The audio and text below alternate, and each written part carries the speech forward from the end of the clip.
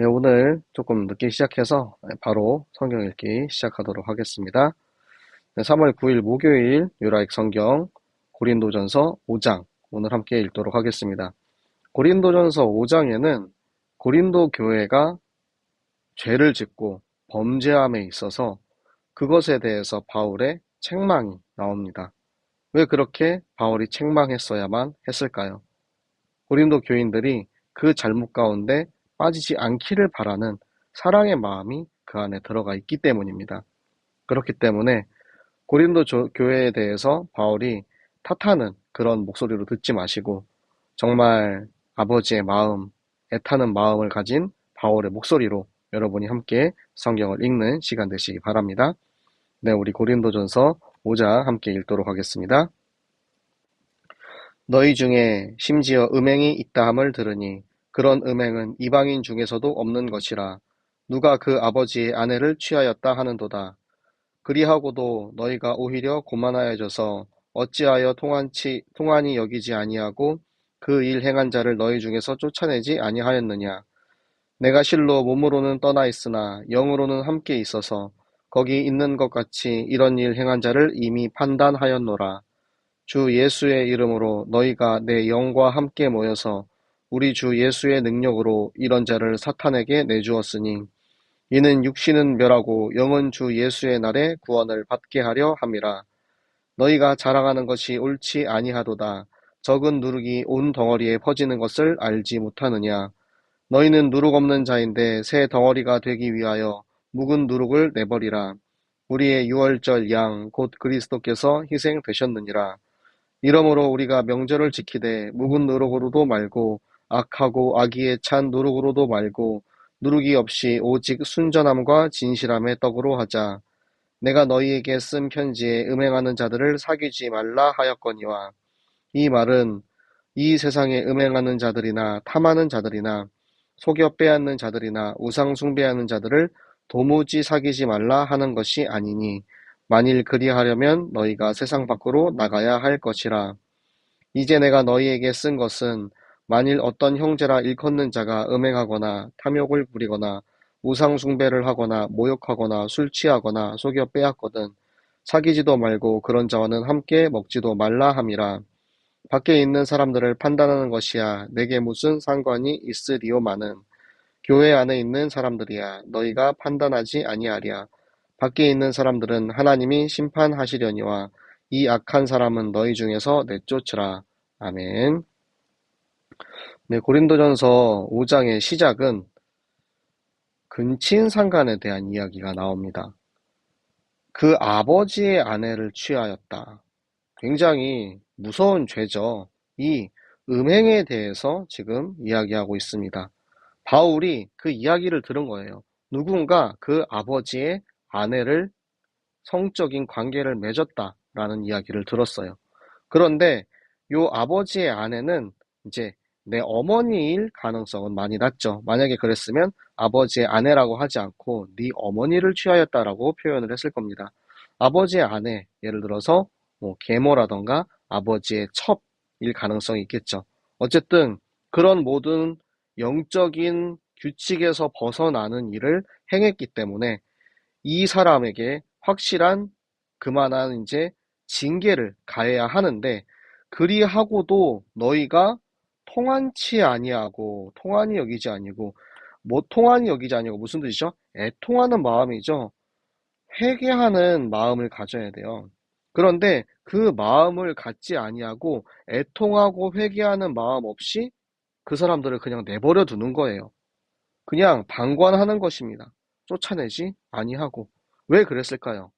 고린도 교회, 그 당시의 헬라 문화, 그리고 아프로디테의 신전이 있는 그 당시의 도시와 상황에서 이런 일들, 음행을 저지르고 창녀와 성관계를 맺고 그렇게 영적으로, 성적으로 타락한 것이 그들에게 있어서는 그렇게 큰 일이 아니었던 거예요. 그러니까 그 범죄 의식이 전혀 없었다. 그래서 그들에게 바울이 오늘 이 시간을 통해서 엄중히 경고를 하고 있는 것입니다. 내가 지금 몸으로는 떠나 있으나 영으로 지금 함께 너희와 함께 있다. 그렇기 때문에 이런 일 행한 사람을 내가 판단하기로 그 사람은 우리 주 예수의 능력으로 육신을 멸해야 한다는 것입니다. 이런 자를 이미 사탄에게 마음을 빼앗긴 사람입니다. 이미 사단에게 미혹된 사람이에요.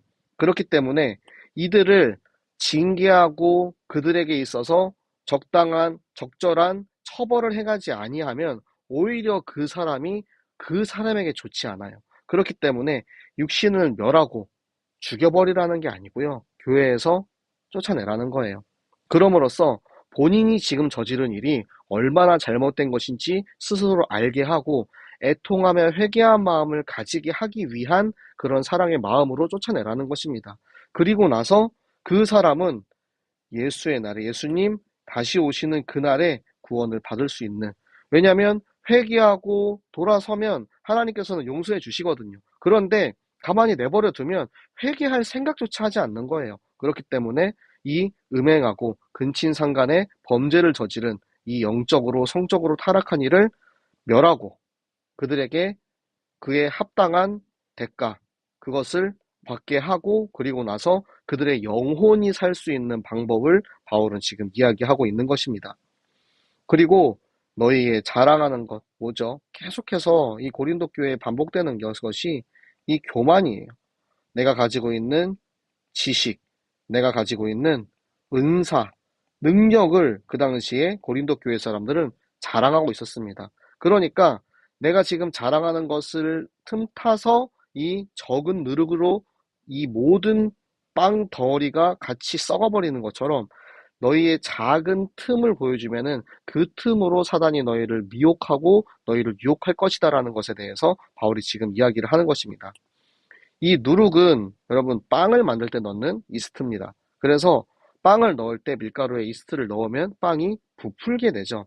그래서 작은 이 누룩 하나가 전체의 빵을 부풀게 하는 것처럼 이 작은 범죄 하나가 전 교회에 그런 영향을 끼칠 수 있기 때문에 이 누룩을 내버리라는 것입니다.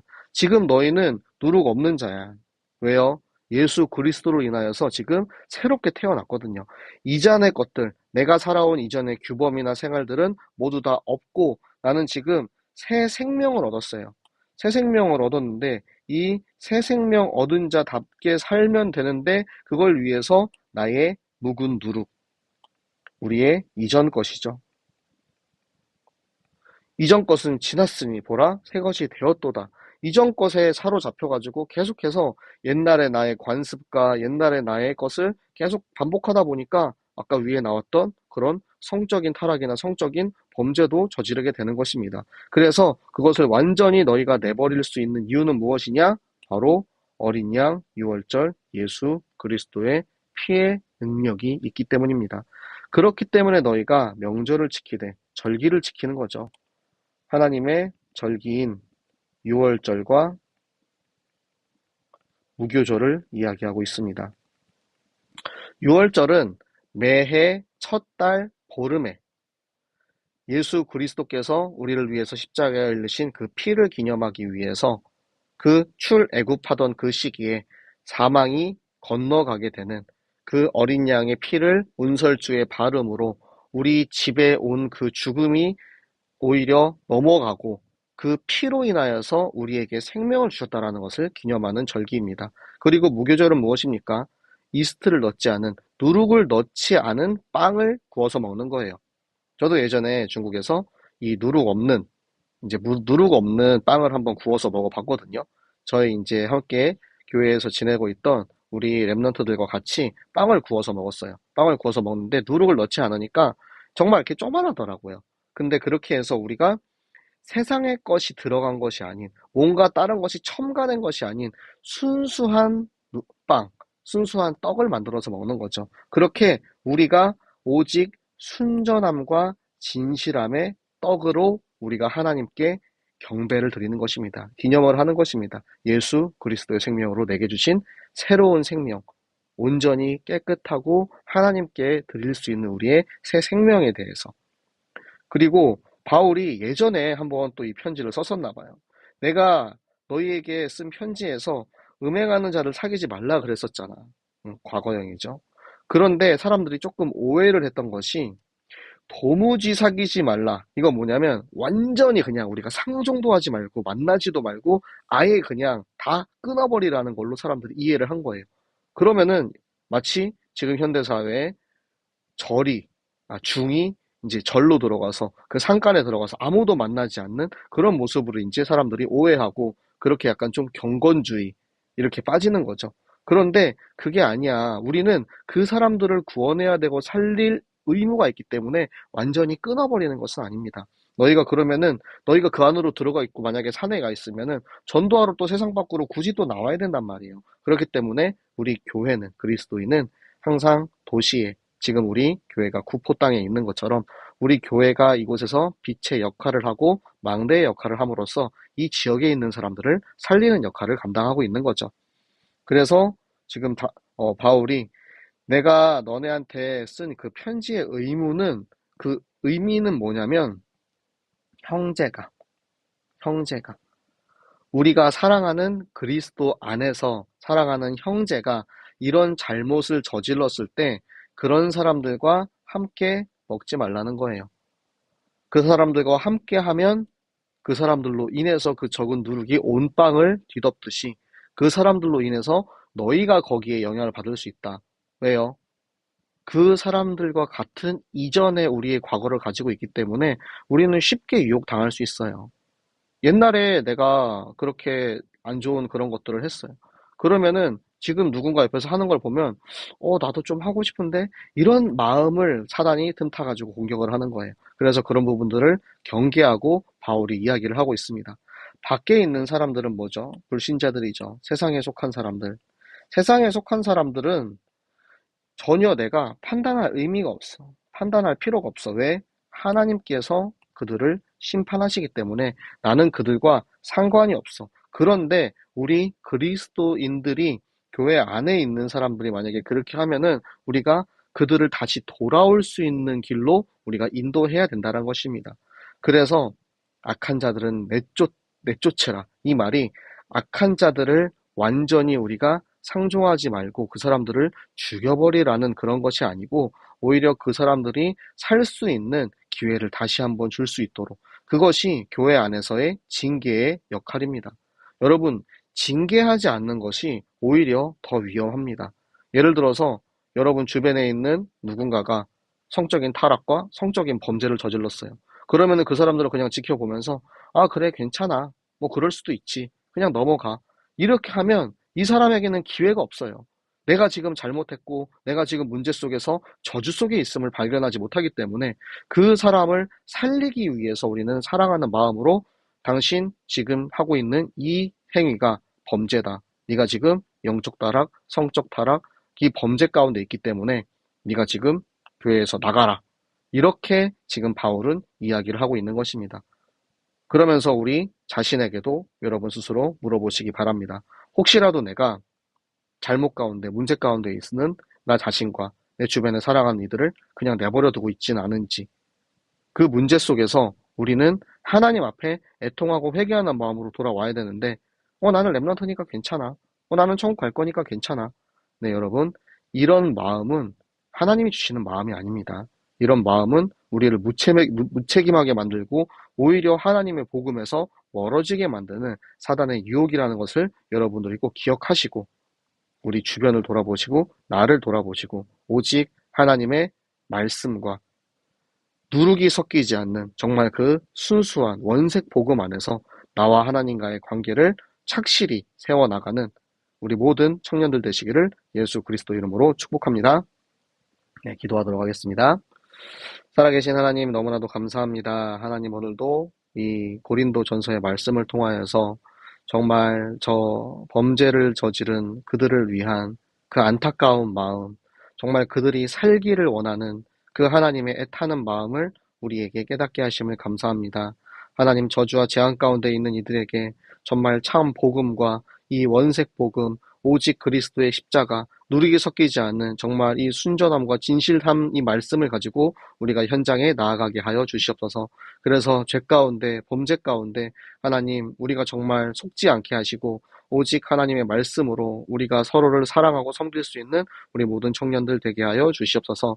이 말씀이 우리의 거울이 되어서 우리의 삶에 내 발의 등이 되고 내 길의 빛이 되는 우리 모든 청년들 되게 하여 주시옵소서. 오늘도 주신 말씀 따라 반드시 하나님께서 우리의 현장으로 나를 인도하실 줄 믿고 감사드리며 살아계시는 주 예수 그리스도 이름으로 기도드렸습니다.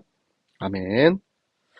오늘은 제가 조금 이제 바울의 엄숙한 정말 이 안타까운 마음을 가지고 여러분들에게 이 이야기를 전했는데 사실은 굉장히 오래전부터 하고 싶었던 그런 이야기예요. 저 같은 경우도 저도 죄를 짓곤 하거든요. 근데 저는 하나님께서 체험하게 하신 것이 내가 알고 지은 죄, 모르고 지은 죄를 통해서 반드시 그 대가가 나에게 돌아온다라는 것을 제가 체험을 했어요. 제가 중국에서도 그렇고 한국에서도 그렇고 제가 그 문제와 그 이제 하나님의 그 징계하심을 제가 겪고 나니까 제가 정말 사랑하는 우리 청년들이 나와 같이 그런 문제를 모르고 내가 지금 겪고 있는 이 상황 속에서 그냥 무책임하게 그냥 넘어가는 것이 아니고 진짜 나와 하나님과의 관계가 깨끗하게 순수하게 순전함과 진실된 정말이 무교병 같은 여러분이 되기를 바라는 마음으로 오늘 이 말씀을 전달을 했습니다. 우리 모든 청년들 이 말씀을 가지고 묵상하시면서 정말 하나님과의 관계를 깨끗하게 잘 세워가시는 그런 시간 되시기 바랍니다. 오늘도 자기 전에 꼭 하나님 말씀 붙잡고 기도하고 자는 우리 모든 청년들 되시기를 예수 그리스도 이름으로 부탁을 드립니다. 모두 잘 자요. 안녕.